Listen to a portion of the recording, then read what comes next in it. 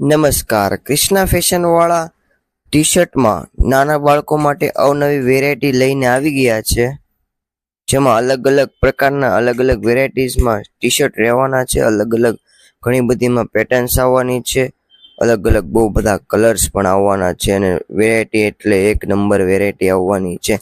એટલી વેરાયટી તો તમને ક્યાંય પણ જોવા નથી મળવાની. અલગ અલગ ઘણા બધા ટી શર્ટમાં વેરાયટીઝ છે.